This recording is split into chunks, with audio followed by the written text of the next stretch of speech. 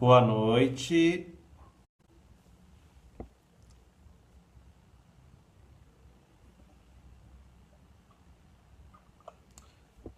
Olá, boa noite.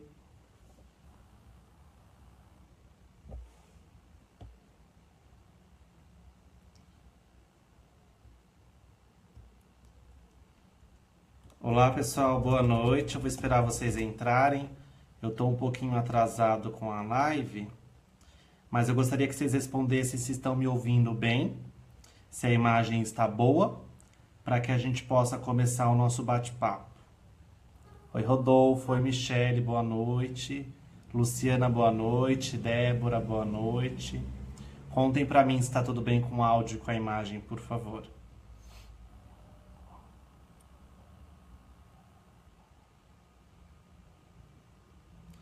Ótimo, Débora, muito bem. Oi, Cris. Cris Braga, psicóloga. Psicóloga super querida. Boa noite. Bom, pessoal, não vou me enrolar muito na apresentação porque eu atrasei um pouco por problemas técnicos. Luciana, o tema de hoje é a saúde emocional dos professores. Todo mundo conhece algum professor. Normalmente nós conhecemos mais de um, né? Então gostaria, por favor, que vocês marcassem os professores, profissionais da educação em geral, os auxiliares de classe também, que fazem um trabalho incrível. Oi, Luciana, obrigado. Ivone, boa noite, bem-vinda. Então, eu sou o psicólogo Felipe Maronese, eu sou psicólogo clínico, né? Trabalho com a psicoterapia aqui no dia a dia do consultório, atendo na região da Granja Viana, aqui em Cotia, São Paulo. E escolhi este tema aqui na página Mais Psicólogos para bater papo com vocês, que é a saúde emocional do professor. Este tema é muito importante discutirmos, né? No dia a dia da clínica, no dia a dia do consultório. Eu tenho uma demanda de profissionais da educação alta e eu vejo o quanto eles carecem desse apoio, desse cuidado da saúde emocional, né? A profissão de professor deveria ter adicional de insalubridade, né? Ser professor no Brasil, infelizmente, tem se tornado insalubre, né? Insalubre em qual sentido? Os professores, os profissionais da educação têm adoecido, né?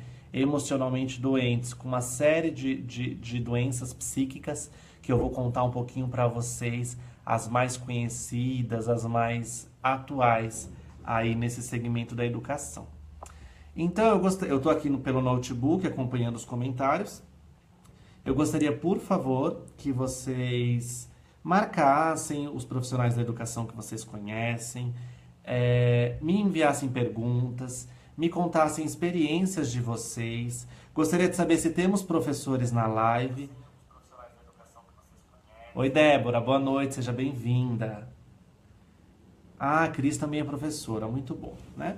Então, assim, nós vamos começar. Olha, a Pali, professora, muito bem, maravilha. Débora, professora, ótimo. Vamos marcar as amigas aí, porque hoje nós vamos bater papo sobre o trabalho de vocês. Ninguém melhor do que vocês para falar do trabalho de vocês, né? Então, vamos pensar no dia a dia do professor. Oi, Vera Alice, boa noite. O dia a dia do professor, em média, 35 alunos por sala, né? Quando bom, né? Porque a realidade é que há muitas salas superlotadas que chegam a 45 alunos. Então, média de 35 alunos por sala. Cada aluno com uma história, cada aluno com uma experiência de vida, cada aluno com uma trajetória, né? Alunos com experiências positivas, experiências felizes, alunos com experiências traumatizantes, com histórias muito pesadas, né? E muitas vezes a primeira dificuldade do professor é lidar com o sentimento de impotência, tá? Como assim, Felipe, sentimento de impotência? E não é nem um sentimento de impotência no sentido acadêmico, tipo, eu, professor, não tenho bagagem para transmitir para o aluno. Não é esse tipo de impotência que nós estamos falando. Mas é o sentimento de impotência diante das diferentes realidades que o professor tem que lidar, né? Principalmente falando da rede municipal e estadual. Alunos de todos os níveis socioeconômicos, com todas as estruturas e desestruturas familiares, né? E alunos que procuram ali na escola, ali no professor, o cuidador que ele não tem em casa. Então, eu vejo muito, né, no dia a dia da psicologia, o quanto os profissionais da educação se sentem frustrados, se sentem impotentes por não conseguir transformar esta realidade. Ah, Felipe, mas será? Porque o papel do professor não é esse, o papel do professor é o de mediar o ensino. Sim, o papel do professor é o papel da educação. Mas antes dele ser professor, ele é um ser humano, né? E não há como um ser humano não ter empatia por tantas histórias. O professor, ele é pai, o professor, ele é filho, ele é irmão, ele é tio, o professor é mãe, e não há como não haver empatia. Então eu vejo muito o quanto os professores acabam se sentindo impotentes diante de toda essa vulnerabilidade dos alunos, tá bom? Oi, Tiago, boa noite. Tiagos, boa noite. Né?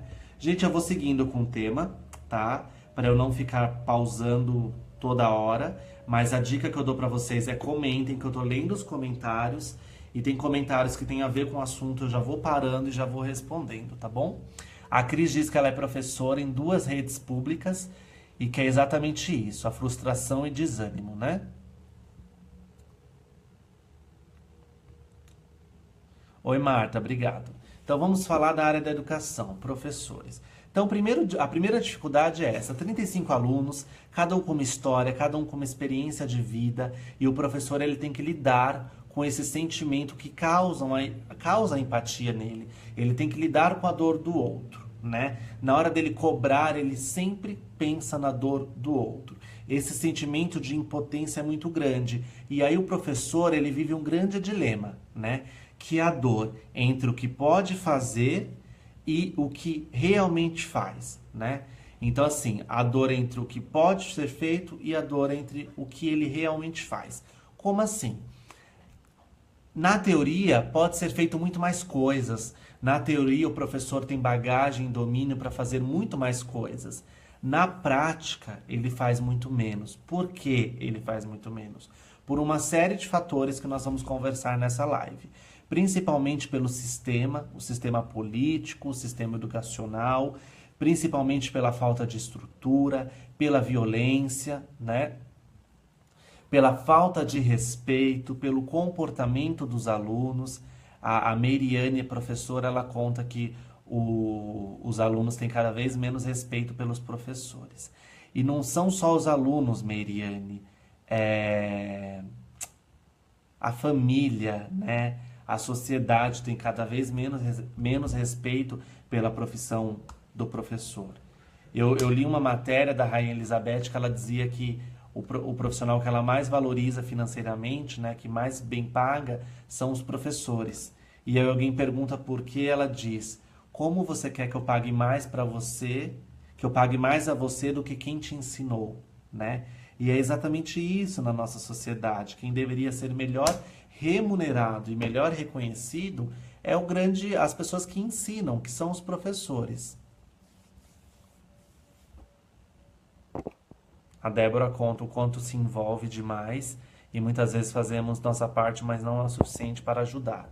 Então, essa realidade do professor é muito triste. E aí nós entramos numa questão muito atual, que é o professor como mediador do conhecimento, né? Então, o professor ele sai deste lugar tão vertical, ele enquanto autoridade, o aluno como subordinado, essa relação vertical, e passa-se para uma relação horizontal. Horizontal em qual sentido? Horizontal no sentido que o professor, ele é o mediador do conhecimento, né? Então, ele é a ponte entre a informação que transforma no conhecimento do aluno. Esse papel do mediador do professor tem sido muito estudado e muito discutido hoje nas escolas contemporâneas, né? As escolas contemporâneas. Os meus comentários eu vou ver por aqui, pelo Note não tá dando.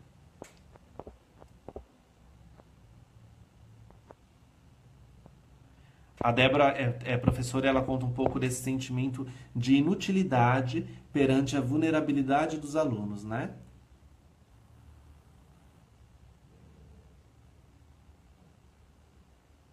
A Meriane conta que para ser professor tem que ter muito amor pela profissão, porque não somos valorizados por isso. Na verdade, né, eu costumo dizer assim: profissão é o seguinte, escolha uma coisa que você ame fazer e arrume uma forma de ganhar dinheiro com isso. Esse é o trabalho dos sonhos. As pessoas não fazem isso. As pessoas primeiro pensam no dinheiro e depois no prazer. Por isso que todo mundo está frustrado profissionalmente. Se a gente for olhar para a parcela de gente feliz e infeliz no trabalho, a parcela do número infeliz é muito maior. Então, as pessoas escolhem a carreira errado. Primeiro, escolha uma coisa que você ame fazer. Segundo, encontre uma maneira de ganhar dinheiro com isso, né? Então, o que você falou faz todo sentido. Com amor já é muito difícil ser educador. Imagina sem, né? Então, o número de professores que se afastam por doenças emocionais tem sido cada vez maior, isso tem sido muito discutido, tá? Quais motivos, Felipe, os professores se afastam? Estresse, depressão, ansiedade, transtorno de pânico, a síndrome de burnout, que é uma síndrome absolutamente que atinge 15% dos professores atualmente, é uma síndrome muito parecida com a depressão, mas não é depressão. Nós falaremos um pouquinho sobre ela hoje, né? Então, são doenças emocionais que afastam diretamente os professores. Doenças emocionais que se tornam doenças físicas e acaba virando uma grande bola de neve que impossibilita o professor de continuar na sua atuação, tá bom?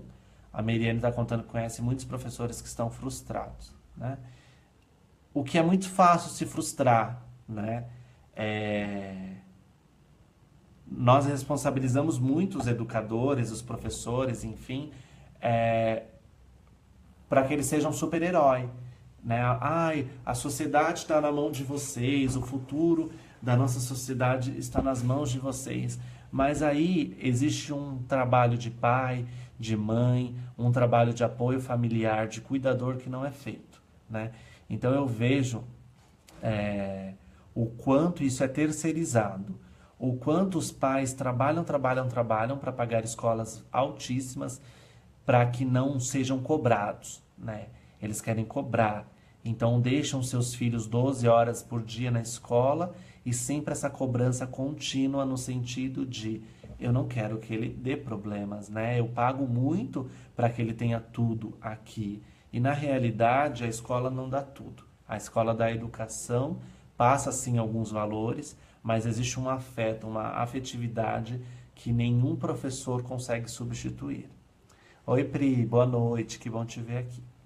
Então, falando das doenças que mais afastam é o estresse, essa somatização que vem junto com a depressão, com a ansiedade, com o transtorno de pânico, cansaço físico e mental, tá? Mas espera aí, o professor ele já começa na carreira dele com todas essas doenças? O professor já começa desmotivado? O professor já inicia na área da educação com uma frustração? Não. Isso acontece ao desenvolver dos anos. Isso acontece com o tempo. Por quê? Porque na prática do exercício da profissão, ele vai tendo contato com a realidade de ser professor. Ele vai tendo contato com o sistema, né, da forma que ele é, e isso começa a causar muita estranheza para ele, tá bom? Ser professor exige esse contato direto com as emoções dos alunos, né? Ser professor é um trabalho ali, no tete a tete, olhando, perguntando, conversando, né? Sentindo. Então o professor ele trabalha direto com as emoções, com os problemas dos alunos, né? Assim como a psicologia, não há como o professor não cuidar da sua saúde emocional. Porque a partir do momento que ele faz isso, ele adoece, né? Ele adoece, o que acaba causando a própria invalidez dele para o próprio exercício da profissão, o que acaba gerando ainda mais uma carga negativa. Oi, Regina. Muito boa noite. Prazer em vê-la aqui, né? Então, o mal em ser docente, o mal em ser professor, ele é um fenômeno social, né? Há um mal-estar docente, né? Ser professor gera um mal-estar social. Como assim? É um fenômeno social o adoecimento do professor. Os professores têm adoecidos. Professores normalmente quando se apresentam falam, eu sou professor, então você já sabe. Sou ligado no 220, sou maluquinho, tal. Mas muitas vezes o próprio professor ele não tem conhecimento que ele está emocionalmente atingido, emocionalmente doente, que ele precisa trabalhar isso, né? Professor em terapia costuma falar só da carreira, né? É como se ele não tivesse tempo para mais nada. Quem aqui conhece um professor, tem um familiar, sabe o quanto é difícil para o professor fazer esse desligamento da vida pessoal para a vida profissional, porque acaba se tornando uma grande, né? Uma grande cadeia que tudo está ligado. Até hoje, depois de 10 anos que eu saí do ensino médio, eu vejo meus professores da época do ensino médio, eu chamo de professor ainda, né? É como se eles não tivessem nome pra gente. E isso gera uma carga pro professor, que se ele não souber administrar, né, ele vai adoecer com certeza. Então, a profissão do professor se tornou uma profissão perigosa. Mas perigosa em que sentido, Felipe? No sentido da saúde, né? Ser professor tem gerado uma carga muito grande. E isso é muito interessante. Eu li alguns estudos que mostram o quanto isso é diferente. O quanto lá atrás, na verdade, o professor ele era autoridade. O professor ele era valorizado, ele era respeitado. Lembra da época da palmatória? O professor tinha autoridade, né?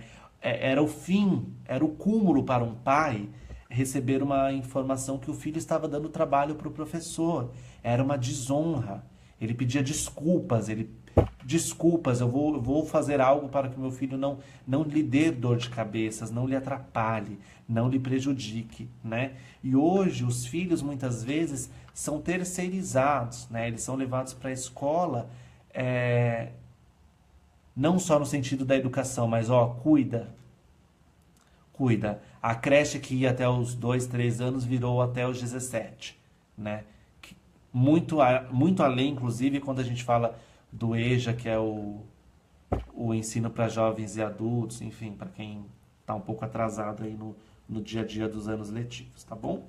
Então, o que acontece com o professor, meus amigos? Marquem os professores, por favor, os profissionais da educação, compartilhe essa live para a gente bater bastante papo sobre isso. Eu estou lendo os comentários, tá? Quem for professor e quiser fazer algum comentário, pode mandar. O professor ele acaba perdendo o sentido pela carreira. O professor perde o sentido pelo trabalho. O sentimento de impotência dele aumenta, potencializa, se sente impotente. Por quê? Porque ele não tem perspectivas, não tem expectativas. A Ana Paula diz que o desrespeito causa muita angústia na vida do professor. Exatamente, aluno que cospe, aluno que agride, aluno que ameaça, professor que tem que ser escoltado, né? Professor que são agredidos não só fisicamente, mas verbalmente. Enfim, esse desrespeito no sentido de aqui é o meu lugar, você não tem autoridade sobre aqui, né? O professor não tem voz, o professor cansa. Aqueles professores lá de trás que gritavam, que tentavam lutar, hoje eles perdem energia, eles não têm mais energia para isso, né? Existe a perda do controle, não há mais o controle. Não há mais medidas socioeducativas, medidas educativas para que o professor recupere este controle, né? E eu falo isso muito embasado, gente, no sistema municipal e estadual, que é onde eu palestro muito e vejo muito a realidade no dia a dia desses lugares, né? Recentemente eu dei uma palestra para quase 500 pais, que a escola me chamou e explicou o seguinte: Felipe, é uma escola municipal, eles me chamaram e contaram, Felipe, eles não entendem, os pais não entendem que é um trabalho, é uma cadeia, uma corrente, né? que os pais têm a responsabilidade deles, né? Os pais, eles não têm esse sentimento de que eles também precisam participar da vida escolar dos filhos. Então, eu fiz essa palestra para quase 500 pais, foi bastante produtiva, no sentido da conscientização de que o trabalho do professor não funciona sem os pais. É uma cadeia. O aluno, ele precisa estar alimentado, com segurança, com higiene, com saúde, com educação, né? Ele precisa ter estes valores que são dados em casa para que na escola seja feito um trabalho multidisciplinar.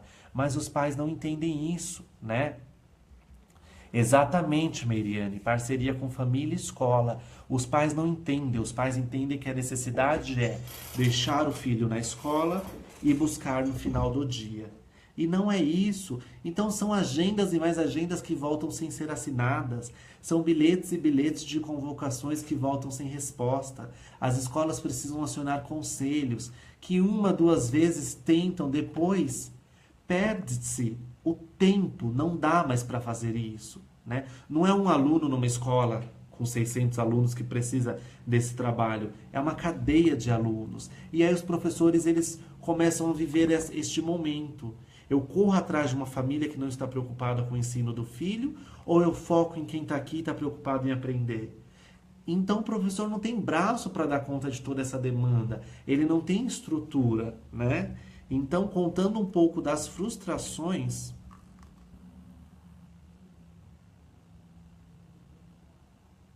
e aí a Meiriane conta assim, os pais falam, os meus filhos são assim mesmo, em casa eles também são assim.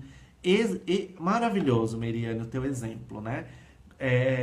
Eu não atendo mais crianças, não tenho agenda aberta para atendimento infantil, porque eu tenho poucas vagas para atendimento infantil, porque exige um tempo muito maior. E com os pais, né, que me falam isso, eu falo o seguinte para eles. Tá, o teu filho em casa também é assim.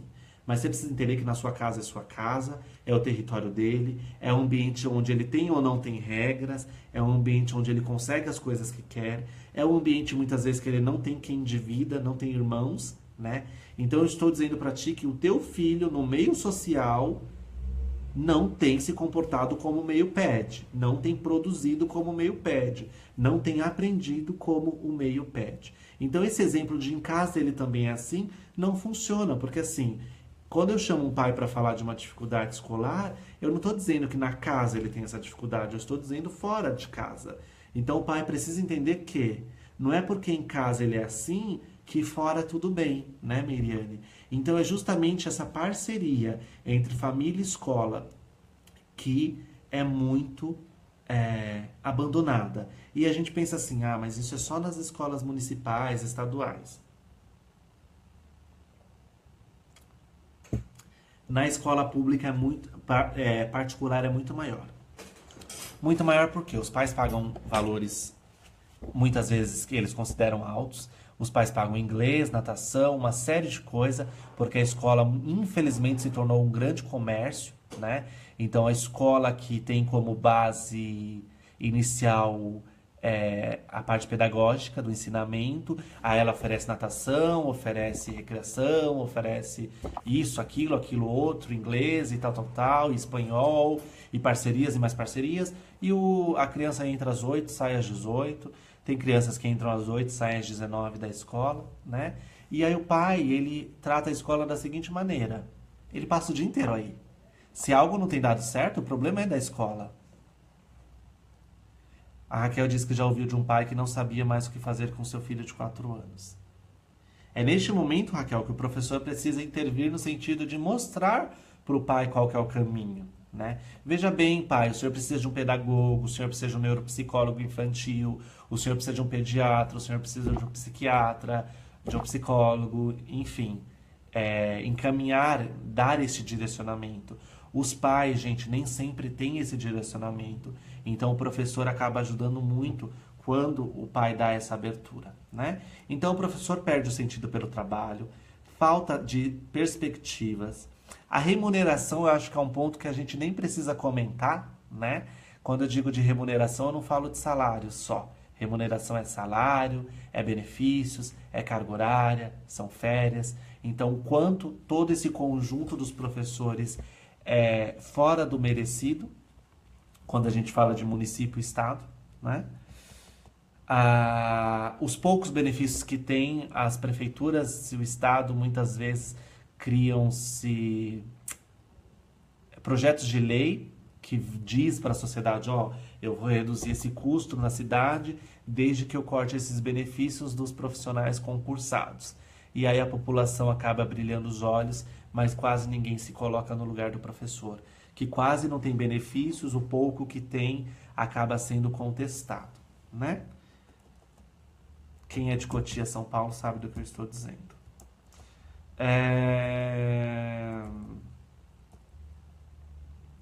Falta de apoio da família, né? Falta de estrutura, falta de infraestrutura com material pedagógico, com material de limpeza, com alimentos, com giz, papel higiênico. Eu já visitei escolas este ano que o professor tinha que levar papel higiênico para os próprios alunos. Os professores levavam os papéis higiênicos dos alunos daquela determinada sala. Vocês têm noção disso, né? Da super renda, que o professor ganha super bem, dessa super renda, ele ainda tem que se preocupar com isso, né? Vai fazer uma lembrança de Natal, Dia das Crianças, Páscoa, sempre se preocupando, sempre tirando do dele, que já é pouco, para ver as crianças bem. E ninguém imagina isso. O pai recebe, o papai e a mamãe. Eu encaminhei a criança para psicólogo, os pais demoraram a aceitar, por alguns meses o pai aceitou. Raquel, quando for assim, faz um encaminhamento formal, via formulário, pede a assinatura dos pais, porque eles entendem que o negócio é mais sério do que o verbal, né? A maioria das crianças que eu recebo são encaminhamentos formais, né? Com assinatura. A Miriane está falando, os professores, falta até iluminação, falta brinquedo, falta ferramentas, exatamente. Falta ferramentas. Aí vamos supor, eu sou Felipe, sou pai de uma criança de 5 anos, meu filho chega em casa com um presente de Dia dos Pais, aí eu penso, ai que lindo, olha como nossa cidade está bem, olha que bacana, né, dando as coisinhas para as crianças, que legal. Não, nem sempre é assim. Tem escolas que têm recursos, tem, mas o que eu conheço, tá, gente, estou falando da minha experiência, não estou falando do Brasil, estou falando da minha experiência. Obrigado, Rosângela. Este ano, nós estamos em novembro, este ano foram mais ou menos 9 palestras em escolas. Quase 3.000 pessoas eu palestrei este ano em diferentes escolas. Desde escolas municipais, estaduais, desde ensino fundamental 1, 2 e ensino médio, né? Oi, obrigado, Mariane. Então, a Tatiane está falando triste, né? Falta até iluminação. Muito triste. Então, tem a questão da remuneração, tem a questão do sistema, né? É muito legal que o professor é concursado, né? Tem gente que fala assim, eu vou estudar pedagogia, vou fazer letras, tal, e vou prestar concurso, vou passar na prefeitura, vou passar no estado e minha vida resolveu, estabilidade para sempre. Gente, isso é muito ilusório, tá? Isso é muito ilusório no sentido que existe uma estabilidade, né, que ela é contestada o tempo todo por quem está ali dentro, porque o sistema ele é muito falho. Trabalhar para a prefeitura, para o governo, para o estado, envolve política, né? E se vocês, eu tenho certeza que vocês concordam comigo, que se tem uma coisa que não funciona no nosso Brasil é política, né? E o professor, o educador, o chefe dele, quem é? Ah, Felipe, o chefe do professor é a população. Mentira, não é a população. O chefe são os governantes, são os políticos que mandam e desmandam, aprovam e desprovam projetos de lei, né? Quando tem um projeto de lei de corte de benefícios de professores, a população não tem voto, né? O conjunto ali de pessoas ali políticos, né, da gestão, vamos chamar de gestão que fica mais bonito. É a gestão que decide, né, não é o pai e a mãe dos alunos. Então falta apoio da família, né, a família lança essa responsabilidade total para os professores, né? A família não consegue dar conta dos filhos e muitas vezes terceirizam isso. Então vamos se colocar no lugar do professor, que não tem infraestrutura física predial, não tem uma sala de aula superlotada, tem uma remuneração e benefícios absolutamente incompatíveis com o mercado, e além de ter que dar conta de toda a parte pedagógica, com alunos com problemas comportamentais, com alunos portadores de deficiência que exigem um tempo diferente. Além de tudo isso, o trabalho do professor não se resume a educar. Ele não é esse mediador da informação, esse mediador de conhecimento. O professor muitas vezes acaba fazendo um trabalho que não é feito em casa, de escuta, de orientação, de apoio, de acolhimento, de presença, né? O aluno vem com essa demanda e isso toma tempo do professor. Então, se você acha que o trabalho do professor se resume em passar conteúdo, isso se tornou muito maior. Perdeu absolutamente a linha, né? É o sonho de todo professor. Ter uma sala participativa, presente, que se comporta, que respeite e que desenvolva, né? Mas se na faculdade essa sala não existe, quem dirá quando nós estamos falando de alunos de 6, 8, 15 anos, tá bom? E a Meriane fala, o trabalho do professor é dentro e fora da escola, né? Professor é uma profissão. O professor ele não é pai, o professor ele não é mãe. O professor é pai do filho dele quando ele está sendo pai na função pai. A professora é mãe da filha, do filho dela, quando ela está na posição mãe. O professor dentro de sala, ele não é pai e mãe. Por que ele tem que fazer esse papel, então? Né? A Raquel conta que se apega com os alunos, acaba sofrendo e não consegue se desligar depois da escola. Eu acredito, Raquel. Acredito muito, né? Então, existe uma falta de apoio também. Eu estou listando aqui as dificuldades dos professores que eu vejo no dia a dia. Existe também uma falta de apoio dentro da própria escola, né? A própria escola, o próprio time, muitas vezes, por estar cansados, exaustos, por não acreditarem mais no potencial de mudança do sistema, acabam não participando, né? Então, a gente tem uma escola, por exemplo, com 30 professores e, sei lá, 15 auxiliares de classe, que metade trabalha, metade não trabalha tanto. Não trabalha tanto porque não quer, na verdade não trabalha tanto, não entrega tanto porque já não tem mais o que entregar. Porque em todos esses anos entregou-se tanto e não houve um retorno que já não há mais o que entregar. Chega nessa exaustidão, chega nesse cansaço, que tem essa síndrome de burnout, que nós falaremos bastante hoje, porque é a síndrome que mais atinge os professores. Essa síndrome atinge mais os professores do que a própria depressão, tá bom? Raquel conta que ama os alunos. Raquel, que incrível. Sem amor é muito difícil trabalhar na tua área. As violências físicas e verbais são dificuldades dos professores. O próprio sistema que é muito falho, né? A indisciplina dos alunos é um fator que acaba gerando muito estresse para os professores. Então, ser professor não é você colocar um giz na mão dele e pedir que ele trabalhe, né? O trabalho do professor é essencial para o desenvolvimento do país e achar isso é suficiente para que ele possa prestar um trabalho de qualidade, né? Então, não é entregar um giz na mão do professor. Precisa-se de estrutura, precisa-se de infraestrutura, o que não está acontecendo no ensino, né? Existem algumas cidades aí do Brasil que tem um sistema público super funcional de ensino, mas isso ainda é minoria, isso precisa aumentar muito. A nossa saúde está doente, mas, gente, a nossa educação está em coma, né? Se a saúde está doente, a educação está em coma. É um país que não se preocupa com a educação, se corta verbas na educação, né? Eu acompanhei agora, teve uniformes e materiais chegando praticamente meados de junho, né? Ou seja, praticamente no final do primeiro semestre. E aí, como essas pessoas estudaram o semestre inteiro, né?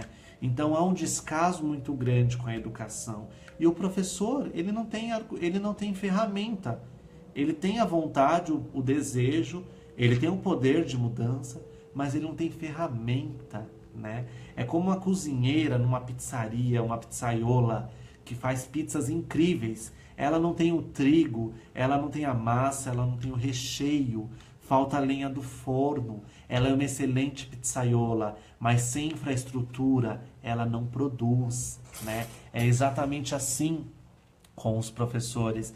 Há excelentes professores, mas a falta de estrutura faz com que eles sejam improdutivos e com que eles adoeçam emocionalmente, tá bom?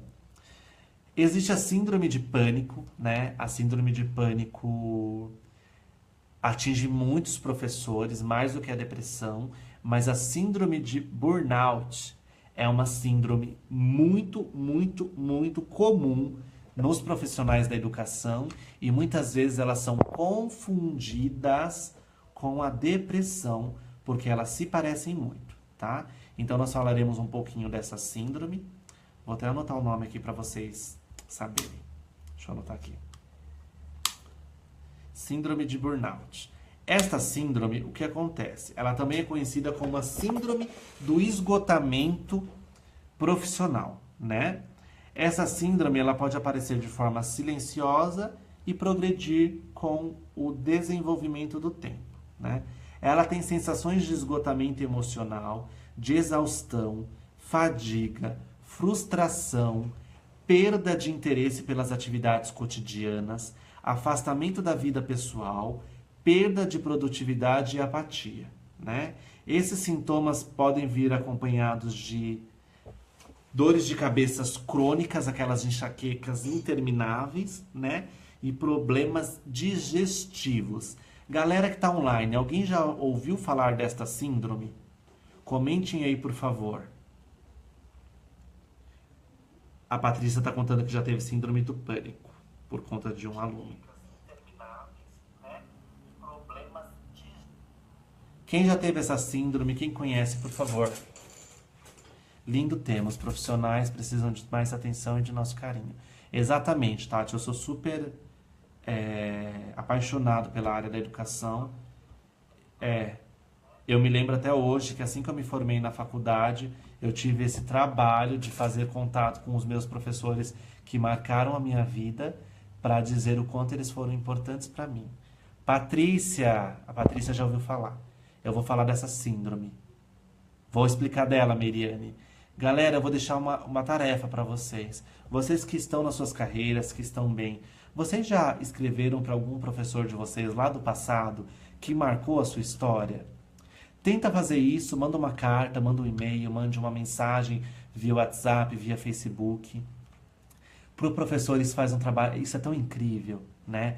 Eu tenho alguns professores que falam que me usam como exemplo na sala, justamente por esse meu carinho para com eles, no sentido de vocês foram importantes. Eu me lembro até hoje, quando eu fui escolher entre psicologia e minha segunda opção de curso, o quanto eu dividi isso com os meus professores do ensino médio e o quanto a opinião deles, o quanto a experiência deles foi importante comigo. A Priscila está contando que essa síndrome de burnout acontece bastante, né? A síndrome da exaustidão com os motoristas de ônibus, né? Ela trabalha com esse público. Então vamos falar um pouquinho desta síndrome. Galera, compartilhe a live, por favor, né? Comente aí os nomes dos professores, vamos compartilhar para que as pessoas assistam. Então a síndrome de burnout, na verdade, ela é a síndrome do esgotamento emocional devido ao trabalho. Ela é bastante parecida com a depressão, tá? Tem a diminuição no rendimento do trabalho, causando erros, distrações e faltas na escola ou no trabalho em geral, insatisfação, irritabilidade, explosividade, reclamações e mau humor, indecisão, julgamentos errados, atrasos, né? A pessoa vive se atrasando ou se precipitando muito nas coisas, há uma piora na organização, adiamento e atraso de tarefas, perda de prazos, né? Nessa síndrome do esgotamento, a pessoa também é vítima da insônia, do sono agitado, de pesadelos, havendo falha na concentração e na memória, Coisas que davam prazer antes, para ela se torna uma grande sobrecarga. A Ana Paula conta que já ouviu falar desta síndrome, que tem colegas diagnosticadas com essa síndrome e as pessoas veem como frescura. Ana, vou te contar uma coisa para confortar teu coração. Tudo que se fala de saúde emocional as pessoas veem como frescura. Há muitas pessoas que fazem terapia e não contam para ninguém porque sabem que as pessoas vão dizer que é frescura, né? Não é só no segmento da educação que as pessoas falam disso. Porque a sociedade, ela não foi treinada, ensinada que há uma saúde emocional para se cuidar, né? Nós estamos muito longe desse momento de chegar. Então, terapia, né, cuidar da saúde emocional, ir ao psicólogo, ir ao psiquiatra, está absolutamente ligado à loucura para a sociedade. Quando não à loucura, à frescura. Ah, é frescura. Isso daí é falta de trabalho, na verdade. A pessoa fica assim com a cabeça pensando nessas coisas porque ela não tem o que fazer. Se ela tivesse que fazer, ela não ficava. Então a gente ouve essas coisas o tempo todo da sociedade, Ana, e de verdade a gente não tem que pegar. Não pega o que não é seu, não pega o que é do outro para você, né? Não temos que pegar, ok, deixa que falem, deixa que pensem e vamos focar no nosso cuidado. Enquanto tem pessoas cuidando da nossa saúde emocional e não das suas, vamos cuidar da nossa e não é frescura, né? Você que é professor e tantas demais que estão aqui sabem o quanto é comum esses afastamentos, né? Coisas que davam prazer se tornam uma sobrecarga, usa os finais de semanas para colocar o serviço em dia, corrigir prova, ao invés de relaxar. Cada vez mais tempo com trabalho e menos com lazer. Parece que o dia normal de trabalho não é mais suficiente para que as coisas sejam feitas. Há uma perda no entusiasmo, perda no prazer pelas coisas, né? Oi Maristela, boa noite, bem-vinda. O que fazer diante da síndrome de burnout? O que fazer diante da síndrome do esgotamento emocional que os professores tanto lidam aí no dia a dia da sua carreira? Vale lembrar também, gente, que o professor é uma das profissões que mais trabalham, tá? Mais trabalham. O professor costuma trabalhar 30, 40 anos seguidos, né? É uma profissão que a partir de que entrou vai embora. Põe na marcha automática e vai indo, vai indo. Não é como um profissional, sei lá, da área de administrativa, que ele tem algumas trocas, né? Algumas fusões ao longo da carreira. O professor não, ele é professor, professor, professor. Professor coordenador, professor mediador, coordenador de classe, coordenador de turma, diretor, vice-diretor, mas está sempre ali na área da educação, que é muito cansativo. Então, a síndrome de burnout não é uma doença, né? A depressão, por exemplo, é uma doença. Esta síndrome do esgotamento, ela não é uma doença.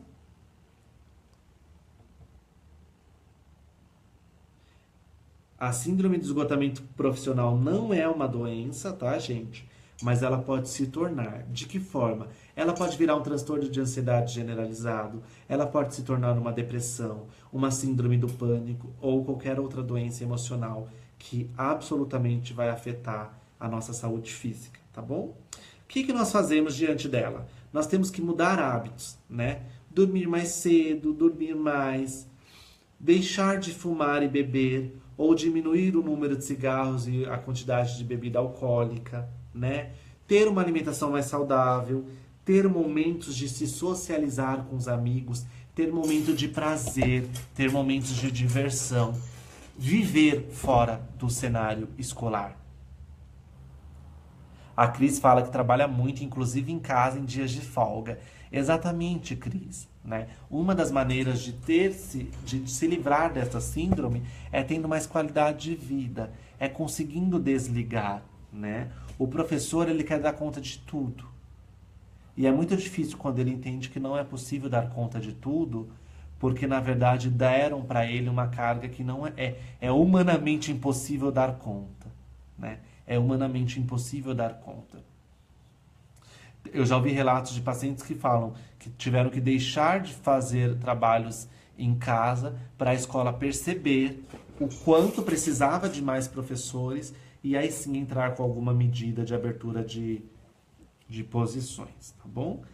Mudar hábitos, dormir mais cedo, dormir mais, fumar e beber menos, alimentação saudável, sair com os amigos, dançar, fazer esportes, ir ao cinema, ter momentos de lazer, sem estar pensando o tempo todo na escola, no trabalho. Viajar, tirar férias, curtir a família, massagem, yoga, meditação, terapia com psicólogo, né? Meditação, yoga ajuda. E nesta síndrome também é possível haver a medicação para que exista este equilíbrio emocional junto com a terapia, tá bom? Essa síndrome causa fortes dores de cabeça, tonturas, oscilações de humor, distúrbios do sono, dificuldade de concentração, problemas digestivos, uma série de consequências, tá bom? Oi, Márcia, bem-vinda, boa noite. Então, para quem está online, né, quiser mandar alguma pergunta, me avise. Eu escolhi esse tema que eu sabia que ia atrair um público, um nicho de pessoas menor, mas eu gosto muito de falar sobre a educação. Eu vejo que a educação, tem muitas pessoas acreditando que não há potencial de melhora, mas há, né? Há professores absolutamente incríveis, absolutamente engajados, professores que se desdobram para fazer uma aula acontecer, para fazer da aula uma aula interessante, para mudar, né? Então, você que é professor, você que conhece um professor, encaminhe este vídeo e mostre para ele o quanto é importante ele cuidar da saúde emocional. Você que é professor, vai ao psicólogo, vai só 4 vezes. Faz um trabalho de 4 sessões para você entender se há ou não a necessidade de cuidar da saúde emocional, se há ou não algo a ser cuidado, algo a ser olhado, né? Em 4 sessões, muitos profissionais vão te dar um diagnóstico no sentido de, olha, você percebe isso, isso e isso? É demanda para a gente trabalhar em terapia. Vamos fazer um processo ou não vamos fazer um processo? Dê esta oportunidade. Eu vejo professores, eu vejo profissionais da educação que os casamentos estão indo à falência, que a relação com os filhos estão prejudicadas, que a relação com a família está prejudicada, está afetada, justamente por conta de não olhar para o restante, olhar só para a educação, olhar só para o trabalho, só para a sala de aula, né? Márcia, boa noite. A Márcia é super querida, também da área da educação, parceirona nossa. Então, viver para trabalhar, trabalhar para viver, entender essas diferenças e estabelecer os limites, né? A Raquel fala, o difícil é tempo. Raquel, o difícil é tempo mesmo, né? E será que existe algum professor que só faz aquela carga horária que está no contrato? Será que tem? Será que tem um professor que só faz aquela grade dele? Será que tem algum professor que não trabalha além, né? Eu sei o quanto esse tempo é insuficiente, Raquel, mas acontece que as pessoas acabam perdendo o limite. Elas acabam cometendo muitos excessos, né? E o professor, antes de professor, ele é um ser humano, que é pai, que é mãe, que é tio, que é avô, que é filho, que é amigo, que é marido, que é mulher, né? Que gosta de sair, gosta de comer, gosta de beber. Há vida além da escola, né? E aí eu costumo dizer o seguinte, todo excesso nos diz algo. Todo excesso nos diz algo, né? Eu fiz uma live a semana passada falando sobre pessoas workaholic, pessoas compulsivas por trabalho, né? Se vocês se encaixam nisso, entram na minha página e assistam. Todo excesso nos diz algo. Se nós estamos dedicando 90% do nosso tempo em uma esfera da nossa vida, isso está dizendo que tem outras esferas que nós não queremos olhar, muito provavelmente, né? Lembre-se disso, todo excesso nos diz algo, tá bom? Espero que vocês tenham gostado do bate-papo. Na descrição da live tem a minha página, que é psicólogo Felipe Maronese. Eu vi que alguns professores gostaram bastante do bate-papo. Eu peço, por favor, que vocês entrem na minha página, psicólogo Felipe. Ó, eu tô fixando aqui um comentário.